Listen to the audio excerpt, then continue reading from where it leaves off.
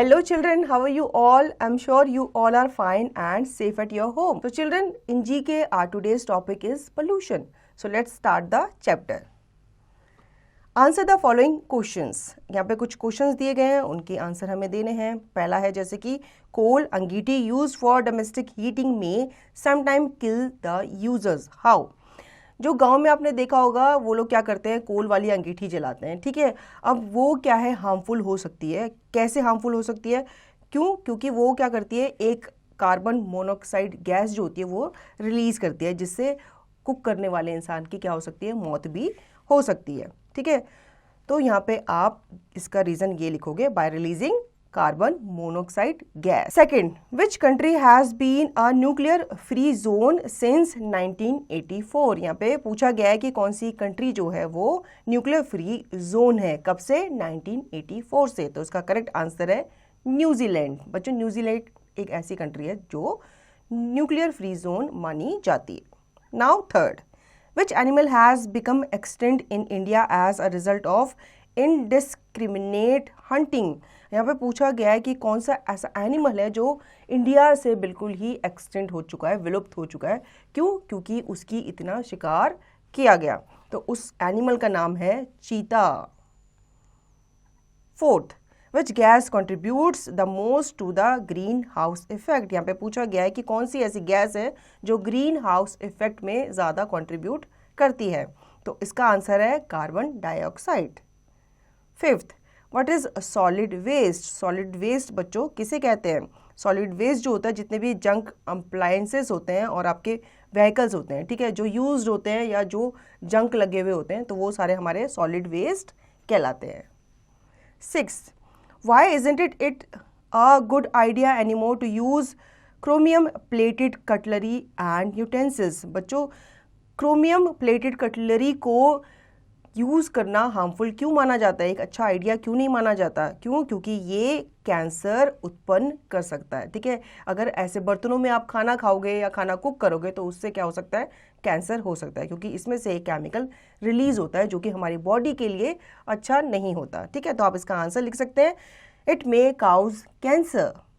Now seventh, which is the most common household material that is not biodegradable. यहाँ पे पूछा गया है कि हमारे हाउस होल्ड में ऐसा कौन सा मटीरियल है जो कि बायोडिग्रेडेबल नहीं है। तो उसका करेक्ट आंसर है प्लास्टिक। प्लास्टिक जो होता है वो बायोडिग्रेडेबल नहीं होता, इसलिए हमसे कहा जाता है कि हमें ज़्यादा से ज़्यादा जो इको फ्रेंडली प्रोडक्ट होते हैं उन्हें यूज़ करना चाहिए, प्लास्टिक को यूज़ नहीं करना चाहिए। Eighth, which metal ingested in small doses accumulated in the system causing chronic disease। तो बच्चों यहाँ पे पूछा गया है कि कौन सा ऐसा मेटल है जो कि क्रोनिक डिसीज को पैदा करता है, ठीक है, या उसका एक कारण होता है। तो इसका करेक्ट आंसर है लेड, ठीक है। Ninth, what are substances that should not be discharged into the drainage system to prevent its blockage। हमें ऐसा कौन से सब्सटेंस होते हैं उन्हें डिस्चार्ज नहीं करना चाहिए अपने घरों में, क्योंकि उससे क्या होता है, हमारा जो ड्रेनेज पाइप होता है ना वो ब्लॉक हो जाता है। तो वो जो आइटम है वो है polythene bags and oily substance. ये दोनों जो होते हैं, अगर आप इसे अपने ड्रेनेज पाइप में डालोगे किसी भी रीज़न से, तो उससे आपका जो ड्रेनेज पाइप है वो ब्लॉक हो सकता है। तो इसलिए हमें इन्हें नहीं डालना चाहिए, ठीक है। Now knowledge corner. Pollution implies contamination of the atmosphere, the soil, the rivers and the sea by chemicals produced through modern technologies. Pollution affects our health and harms animals and plants. Pollution has spread to the land, air and water of every corner on earth, from Antarctica to Mount Everest. We can reduce pollution by recycling waste and using biodegradable material which eventually breaks down in the soil and disappears। अब बच्चों यहाँ पे pollution के बारे में बताया गया कि पोल्यूशन से क्या होता है, ये कंटामिनेट करता है हमारे एटमॉस्फेयर को, हमारे सॉइल, रिवर्स एंड ओशंस को। कैसे? जो केमिकल प्रोड्यूस होता है किसके द्वारा? मॉडर्न टेक्नोलॉजीज़ के द्वारा, ठीक है। अब पोल्यूशन हमारी हेल्थ को तो इफेक्ट करता ही है, साथ ही साथ ये एनिमल्स एंड प्लांट को भी क्या करता है? इफेक्ट करता है, ठीक है। अब पोल्यूशन जो होता है दिन ब दिन फैलता जा रहा है, ठीक है, क्योंकि दिन ब दिन गाड़ियों जो होती है रोड पे आती है, उससे धुआं होता है, और जो फैक्ट्रीज़ का जो कूड़ा निकलता है वो कहाँ जाता है? रिवर्स में जाता है। तो वो जो होता है हमारे रिवर्स को या हमारे एटमॉस्फेयर को क्या कर रहा है? ख़राब कर रहा है, ठीक है। अब हम इसे कैसे रिड्यूस कर सकते हैं? हम वेस्ट जो होता है, हमारे घरों का जो कूड़ा होता है, उन्हें हम रिसाइकल कर सकते हैं, ठीक है। जैसे आपकी शैम्पू की बॉटल है, आप उसे रिसाइकल कर सकते हो, रीयूज़ कर सकते हो। आप ज़रूरी नहीं है कि आप उसको कूड़े में ही फेंको, ठीक है।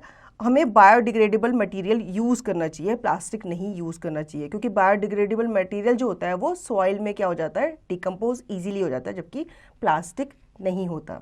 तो इन चीज़ों का बच्चों हमें ध्यान रखना चाहिए ताकि हम पोल्यूशन को क्या कर सके?